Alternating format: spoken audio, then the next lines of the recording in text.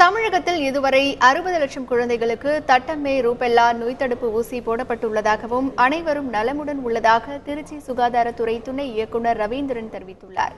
உலக சுகாதார நிறுவனத்துடன் இணைந்து தமிழக அரசு நடத்தி வரும் தட்டம்மை ரூபெல்லா தடுப்பூசி முகாம் இம்மாதம் 28ஆம் தேதி வரை போடப்படுகிறது.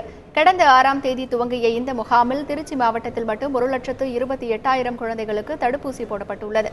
இதுகுறித்து செய்தியாளரிடம் பேசிய சுகாதாரத்துறை துணை இயக்குநர் ரவீந்திரன், தமிழகத்தில் ரூபெல்லா தடுப்பூசி போடப்பட்ட 60 லட்சம் குழந்தைகள் நலமுடன் உள்ளதாக குறிப்பிட்டார்.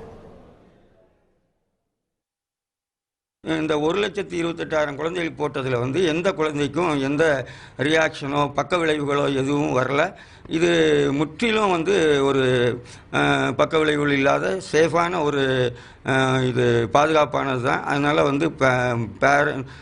பெற்றோர்கள் பொதுமக்கள் இதில் பீதியடைய எந்த அவசியமும் இல்லை.